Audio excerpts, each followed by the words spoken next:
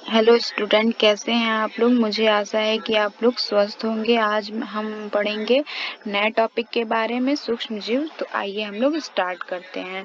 सूक्ष्म जीव micro organism, जीवित चीजें जो व्यक्तिगत रूप से नग्न आंखों से देखने के लिए बहुत छोटी हैं। निम्नलिखित में से सभी को सूक्ष्म जीव माना जा सकता है। कुछ सूक्ष्म जीव हैं जिनका नाम है जीवाणु, यूबैक्टीरिया, आर्क बैक्टीरिया, कवक, खमीर, मोल्ड, प्रोटोजोआ, सूक्ष्म शैवाल, वायरस, विभिन्न परजीवी कीड़े। परजीवी क्या होते हैं? पैरासाइट होते हैं। क्या हम लोग क्या हैं? परजीवी। हम लोग किन पे निर्भर होते हैं? पेड़ पौधे पे निर्भर होते हैं, इसलिए हम लोग क्या हैं? परजीवी हैं।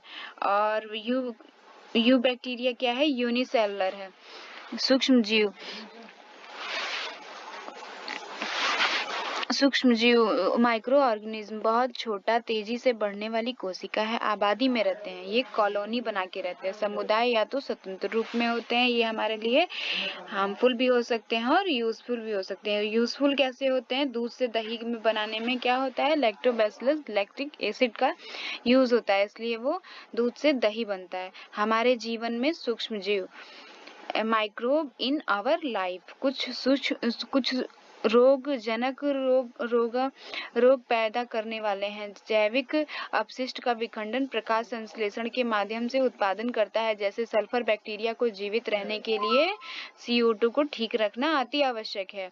उद्योग में भूमिकाएं इथेनॉल और एसीटोन का उत्पादन करने के लिए किण्वन क्या होता है? फ्रेगमेंटेशन इसे कहते हैं किण्वन भोजन सिरका, पनीर और रोटी उत्पादन में करते हैं। विनिर्माण सेलुलोज, इंसुलिन, ये क्या है? विनिर्माण में काम करते हैं। हमारे जीवन में सूक्ष्म जीव microorganism in our life खाने में कैसे यूज करते हैं? तो लैक्टोकोकाई फ्रेगमेंट मिल्क में, पानी साफ करने में, जैसे कि बैसिलस प्रजाति में संबंधित कुछ बैक्टीरिया हैं। जैसे कचरे में मौजूद विभिन्न प्रकार के कार्बनिक पदार्थ को निगलना।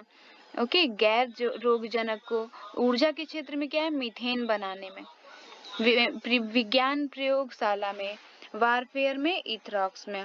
ओके, सूक्ष्म जीव और कृषि micro organism and agriculture. Nitrogen नियंत्रण, इसमें क्या होता है? रिडक्शन और ऑक्सीडेशन होता है। इनका उपयोग दूध, दही,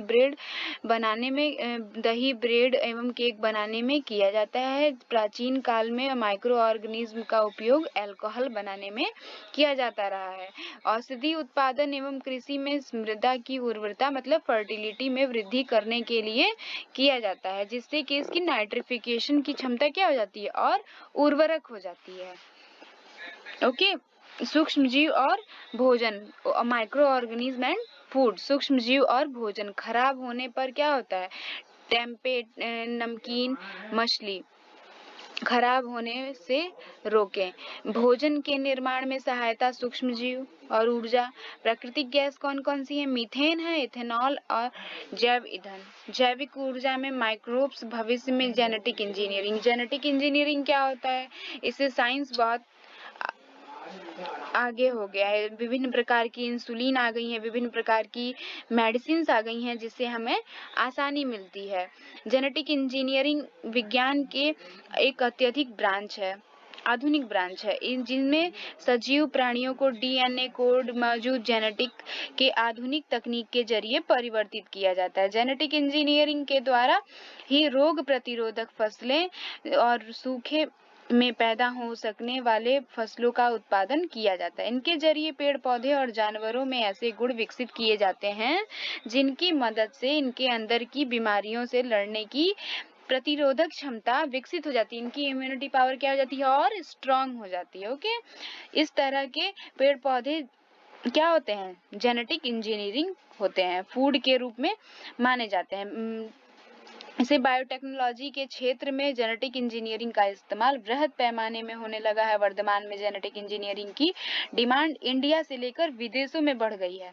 ओके, इसलिए जेनेटिक इंजीनियर हमारे लिए बहुत लाभदायक हैं। सूक्ष्म जीव और रोग माइक्रो ऑर्गेनिज्म एंड डिजीज। कुछ डिजीज हैं जो हमारे लिए हार्मफुल होते हैं, जैसे इकोलाई, HIV का फुल नेम है ह्यूमन इफिशियंसी वायरस, मैन काऊ पॉक्स, ये विभिन्न प्रकार के रोग उत्पन्न करते हैं। पॉक्स जैसे कि स्मॉल पॉक्स, इसमें क्या होता है, छोटी माता, साधारण शब्दों में इन्हें कहते हैं हम छोटी माता। ठीक, मैं आज आप लोग को होमवर्क दूंगी कुछ, जिसे करना होगा। मल्टी चॉइस क्वेश्चन है। रोगाणु हमें कैसे फायदा हो सकते हैं? भोजन में, पर्यावरण में, बीमारी को रोकने में, कृषि में, ऊर्जा में, अपशिष्ट जल उपचार में। Thank you class. मैं अपनी क्लास यहीं समाप्त करती हूँ। ओके।